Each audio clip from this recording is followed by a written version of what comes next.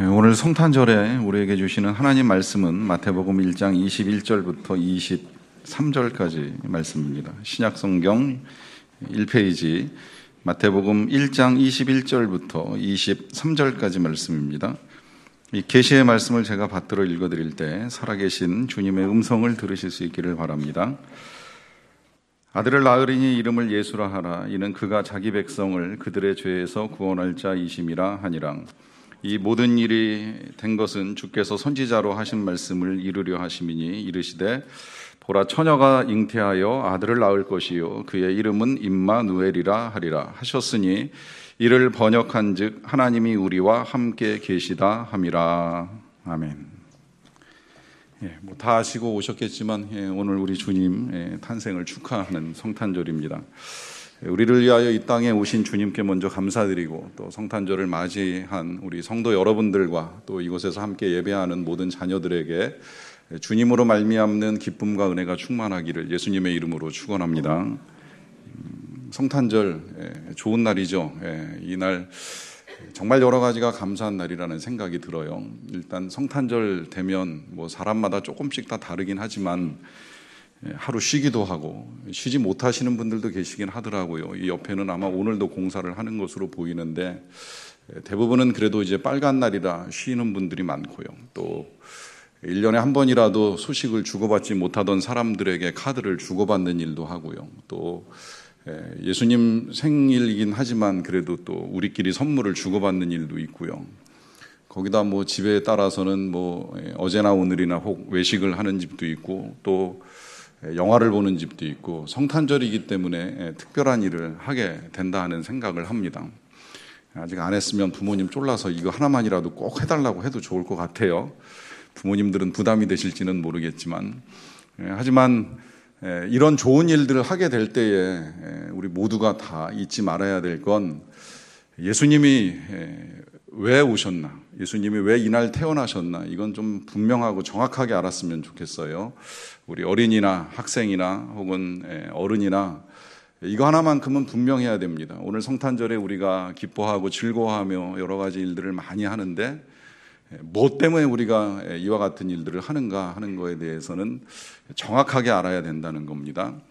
그걸 정확하게 알기 위해서는 예수님의 이름에 담긴 의미를 우리가 정확하게 알면 예수님이 왜 여기에 오셨는지를 우리가 알 수 있습니다. 예수님 이름이 몇 개인지 아세요? 혹시 우리 어린이들이나 우리 학생들 예수님 이름 몇 개인지 아세요? 예수님 이름 대면서 제가 지금 질문하는데 예수님 이름이 성경에 나와 있는 이름으로는 2개예요. 하나는 뭐예요? 하나는 당연히 예수님이고 또 하나는 뭐예요?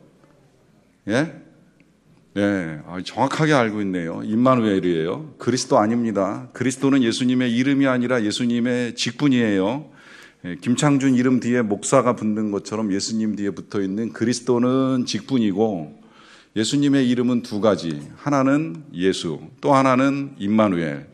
자, 그러면 예수란 이름의 뜻은 뭐예요? 예수란 이름의 뜻은 자기 백성을 그들의 죄에서 구원할 자. 이거 성경을 봐도 좋을 것 같아요. 좀 전에 읽었던 21절 말씀입니다. 우리 다시 한번 다 같이 한 목소리로 한번 읽어보겠습니다. 시작. 아들을 낳으리니 이름을 예수라 하라. 이는 그가 자기 백성을 그들의 죄에서 구원할 자이심이라 하니라. 자, 여기 첫 번째 이름의 의미가 있어요. 그것은 사람들을 그들의 죄에서 구원하신다 하는 뜻에서 예수예요. 예수, 건져냄, 구원함, 이 의미 그대로 백성을 구원하신다는 의미예요. 그러나 다 구원하시지는 못해요. 하나님의 백성만 구원합니다. 자기 백성을 구원하신다. 예수님의 백성을 구원하신다 하는 말씀입니다. 그러면 누가 예수님 백성인지를 아셔야 된다는 거예요. 꼭 아시라고 말씀드리는 첫 번째는 바로 이겁니다. 하나님은 모든 사람을 다 구원하시고 싶어 하시지만 그 백성이 아닌 사람들을 구원하실 수는 없어요. 그러다 보니까 하나님의 백성이냐 아니냐가 되게 중요한데 그럼 누가 하나님의 백성이겠어요? 이건 어렵지 않아요. 예수님을 왕으로 모시면 그 백성이 되는 거고 예수님을 왕으로 모시지 않으면 그 백성이 아닌 겁니다. 백성은 그 왕을 섬길 때 백성이 되는 거예요. 그러니까 우리가 예수님의 백성이 되는 건 예수님이 왕이고 예수님을 주님으로 섬길 때만 가능한 거예요. 그분의 명령을 받고 그분의 명령에 따라 순종하며 살아갈 때 그분의 백성이 되는 거예요. 그분 아닌 다른 것에 의해서, 혹 죄에 의해서나 내 욕심에 의해서나 내 마음에 끌려서 살아가면 그게 왕이에요. 죄가 왕이고 욕심이 왕이 되는 거고 내가 왕이 되는 거예요. 그러면 주님의 백성이 아니기 때문에 다시 주인을 바꾸셔야 돼요. 왕을 바꾸셔야 돼요. 예수님이 왕일 때 우리가 백성이 되고 우리가 그분을 따라가는 그분의 백성으로 예수님의 구원함을 받습니다. 이것이 우리 예수님께서 이 땅에 오신 첫 번째 목적이라고 할 수 있겠고요. 그 다음에 이제 두 번째 목적이 있습니다. 조금 전에 우리가 임마누엘, 그 이름이라고 표현을 했는데 두 번째 목적도 성경을 좀 보고 같이 이야기 나누면 좋을 것 같아요. 23절 말씀입니다. 이것도 다 같이 한 목소리로 읽겠습니다. 시작. 보라, 처녀가 잉태하여 아들을 낳을 것이요 그의 이름은 임마누엘이라 하리라 하셨으니 이를 번역한 즉 하나님이 우리와 함께 계시다 함이라. 그래요. 자, 두 번째 이름 임마누엘, 그 뜻이 뭐라 그랬어요? 하나님이 우리와 함께 계시다. 우리와 함께 계시다. 이것이 오늘 성탄절에 우리가 함께 나누는 말씀의 제목입니다. 여러분, 하나님이 여러분들과 함께 계심을 믿으십니까? 그 믿음 가지고 24시간 하나님과 함께 동행하는 삶을 살고 계십니까? 아멘이 조금 줄었어요. 하나님이 우리와 함께 계시니까 하나님과 함께 사는 건 너무나 당연한 거예요. 그런데 잘 생각을 해보면 우리 사람들은 하나님과 함께 살아가는 거를 그렇게 썩 좋아하지는 않는 것 같아요. 거기 이유가 있어요. 이유는 우리 안에 죄가 있어서 그렇습니다. 이 죄가 있으면 하나님과 친해지는 거 굉장히 어려워요. 일단 죄가 딱 우리 안에 생겨나면 이 죄 때문에 하나님과 친해지기는커녕 하나님을 슬슬 피하기 시작을 해요. 이게 처음에 죄를 저질렀던 아담과 하와가 보여준 거예요.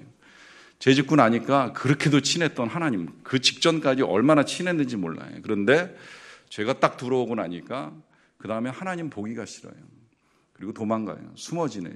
근데 그런 태도는 아담과 하와에게만 있는 게 아니라 우리도 그래요. 우리도 잘 생각하셔야 돼요. 내가 지금 하나님과 친한가 안 친한가. 혹시라도 안 친하다 그러면 죄가 있나 없나 좀 점검을 해보실 필요가 있어요. 죄가 있으면 안 친한 건 너무나 당연한 거예요. 이거 이렇게 생각해도 쉬워요. 우리 아이들, 친구들도 죄 지을 때 누가 옆에 있으면 싫잖아요. 내가 나쁜 거 보고 싶은데 누구라도 같이 있어봐요. 굉장히 싫죠. 특히 부모님은 좀 멀리 가 계시고 안 오셨으면 좋겠죠. 나쁜 짓 할 때 이야기예요. 내가 하고 싶은 거 할 때는 하나님도 좀 안 계셨으면 좋겠고 부모님도 좀 멀리 계셨으면 좋겠다. 이렇게 생각을 하는 거예요. 나쁜 거 보일 때, 친구하고 나쁜 이야기 나눌 때, 내 욕심대로 하고 싶을 때 이때 하나님 계시는 거 불편하거든요. 그래서 도둑질할 때 기도하는 사람은 없어요. 내가 지금부터 남의 걸 훔칠 테니까 하나님 들키지 않게 좀 도와주세요. 이렇게 기도하고 도둑질을 하는 사람 없을 거예요. 또 그렇게 기도하면 하나님 들어주세요? 안 들어주세요? 안 들어줄 거 우리가 다 알고 있어요. 그런 기도는 잘 안 들어주실 거라고 생각을 해요. 거짓말할 때 이걸 어떻게 거짓말을 잘해서 부모님을 속이고 친구를 속일까 이런 생각을 할 때 거짓말을 할 수 있는 지혜를 주세요라고 기도 안 해도 돼요. 왜 안 해도 되느냐면 그런 건 기도 안 해도 우리 안에서 얼마든지 지혜가 샘솟아. 그래서 누가 안 가르쳐줘도 얼마든지 거짓말하고 속이고 숨기고 하는 일을 다 할 수 있어요. 오히려 이럴 때는 하나님이 그런 거 안 주셔도 되니까 좀 멀리 계시고 안 계시고 눈에 안 보이시고 했으면 좋겠다고 우리는 그렇게 생각을 합니다. 그래서 평상시에는 하나님 안 계셔도 그만이라고 생각하고 우리가 살아갈 가능성이 많아요. 오히려 하나님이 계시는 게 불편해요. 그러니까 하나님은 안 계시고 꼭 필요할 때만, 내가 찾을 때만 나타나 주셨으면 좋겠다. 이렇게 생각하기가 쉬워요. 그래서 평소에는 하나님을 잘 안 찾다가 어쩌다가 하나님을 찾을 때가 있죠. 언제 찾아요? 내가 필요하고 답답할 때 찾는 거예요. 내 몸이 아프다거나 아니면 내 마음이 힘들다거나 내 마음이 억울하고 답답하다거나 속이 상하다거나 하면 그때 하나님을 찾아요. 그런데 평소에 하나님하고 친하게 안 지내다 보니까 그럴 때 하나님을 찾으면 하나님이 옆에 계세요. 분명히 계세요. 조금 전에 우리가 분명히 그렇게 고백했잖아요. 하나님이 우리와 함께 계시다고 고백을 했는데 그럼에도 불구하고 내 눈앞에 하나님이 안 보이시니까 사람들이 질문을 합니다. 하나님이 왜 안 나타나시지? 또 왜 안 도와주시지? 내가 지금 이렇게 아프고 힘든데, 이렇게 속상하고 답답한데 도대체 하나님은 어디 계시는 거야? 왜 안 보이시는 거야? 이제 이러면서 그 다음에 이어지는 말이, 그러니까 하나님은 안 계신 것 같아. 혹 계셔도 나를 사랑하지 않는 것 같아. 그리고 사랑하신다고 말씀은 많이 들었지만 전혀 나를 도와주시는 것 같지가 않아. 이렇게 생각해버리고 많은 일들이 일어납니다. 여러분 잊지 마세요. 우리 어린이들도 잊지 마세요. 하나님은요, 우리가 태어날 때로부터 이 세상을 떠날 때까지 단 한 번도 한순간도 우리 곁을 떠나신 적은 없어요. 분명 그 이름 그대로예요. 임마누엘, 하나님이 우리와 함께 계시다, 그 이름 그대로 단 한 번도 우리를 떠나신 적이 없어요. 떠난 건 우리가 떠난 거예요. 우리가 무시하고 우리가 버리고 우리가 떠나서 하나님이 안 계신 것처럼 느껴질 뿐이지 하나님은 우리를 떠나신 적이 단 한순간도 없어요. 이런 생각이 이스라엘 백성들도 똑같았어요. 왜냐하면 이스라엘 백성들은 500년 이상 남의 나라 밑에 살았거든요. 열심히 벌어봐야 그 나라에 세금으로 다 갖다 바쳐야 돼요. 어려서 열심히 배우고 성장을 했는데 남의 노예로 남 도와주는 것밖에 할 수가 없어요. 열심히 체력을 단련했는데 남의 나라 군대로 그 나라를 위해서 군인으로 싸우다가 죽는 것밖에 할 게 없어요. 그러다 보니까 이스라엘 백성들도 그런 생각을 많이 했어요. 하나님이 안 계신 것 같아요. 우리가 뭐 하나님의 택하신 백성, 선민이라고 이런 이야기는 들어봤지만 하나님이 계시면 우리가 이렇게까지 힘들 수 있나, 이제 이렇게 생각하고 하나님을 믿지 않으려고 했습니다. 하나님 도대체 어디 계십니까? 하나님이 계시면 하나님 계신 걸 좀 보여주십시오라고 질문하는 일이 많았습니다. 그 모든 질문에 대한 답이 바로 예수님이에요. 예수님이 이 땅에 오신 거예요. 그것이 이스라엘 백성들이나 혹 지금 이 시대에도 이 시대를 살면서 하나님 도대체 어디 계시는가라고 하는 질문하는 모든 사람들에게 대한 하나님의 답이 바로 예수님입니다. 예수님이 오셔서 보여주셨잖아요. 하나님이 어떤 분이신가를. 어떻게 보여주셨어요? 아픈 사람 고쳐주세요. 마음 상한 사람 만져주세요.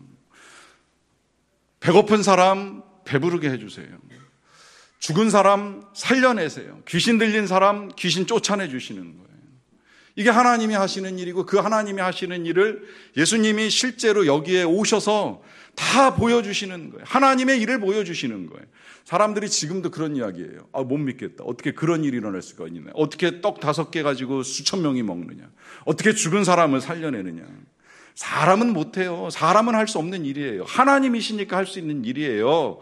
그걸 예수님이 보여주심으로 말미암아 예수님이 하나님의 아들이신 것과 하나님이 그렇게 우리를 도와주신다는 사실을 명백하게 사람들 눈앞에 보여주신 거예요.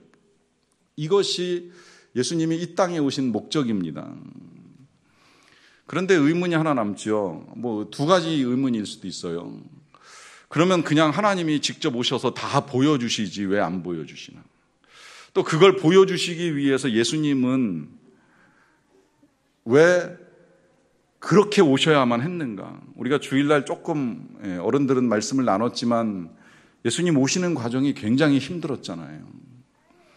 죽을 뻔한 고비를 넘기실 뿐만 아니라 탄생하는 과정 중에 먼 길을 이사하셔야 되고 또 출산할 곳을 찾지 못해서 거절당하시고 방황하시다가 끝내 마구간에 태어나시는 일들을 겪으셨어요. 왜 예수님이 그 일들을 겪으시면서 여기에 오셨을까요?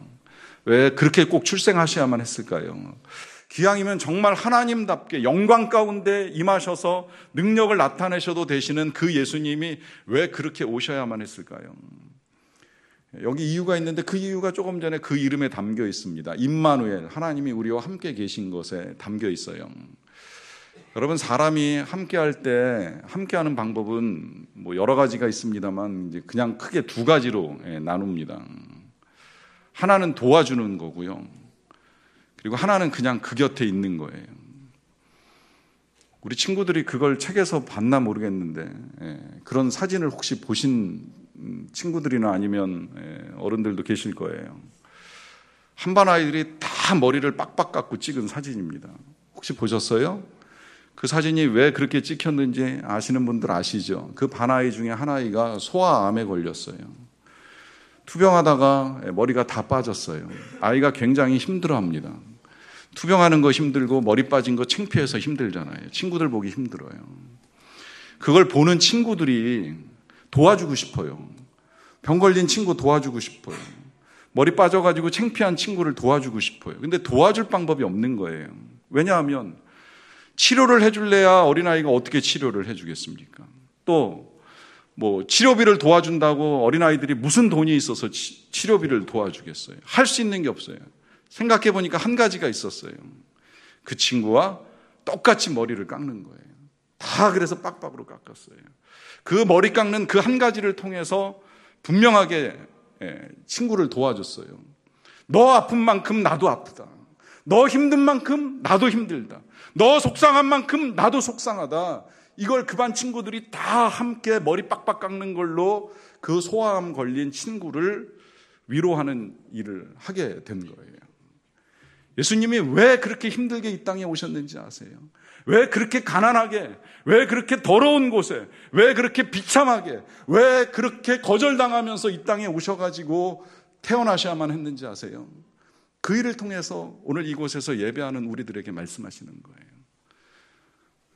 너희 힘든 만큼 나도 힘들고, 너희 괴로운 만큼 나도 괴롭고, 너희 외로운 만큼 나도 외롭고, 너희들이 거절당한 만큼 나도 거절당했고, 너희들이 당하는 그 고통 가운데 내가 함께 있다. 내가 너희를 떠나지 아니한다. 내가 너희와 영원히 함께 할 것이다. 그래서 예수님이 성탄절에 이 땅에 오신 겁니다. 여러분, 그렇게 예수님이 우리를 위해서 오시고 이 말씀대로 하나님이 우리와 함께 계시다라고 하는 것을 분명히 오늘 다시 듣고 믿고 알게 된다면, 그러면 이제 그 믿음으로 사셔야 돼요. 하나님이 우리와 함께 계시다. 하나님이 우리를 떠나지 아니하신다. 오늘 성탄절 이 교회 안에서만 하나님이 함께 계시는 것이 아니라 우리가 세상에서 어떻게 살아가든 어디에서 살아가든 어떤 일을 겪든 하나님 우리와 함께 계시다. 잊지 않고 살아가는 저와 여러분들이 되기를 간절히 축원합니다. 기도하겠습니다.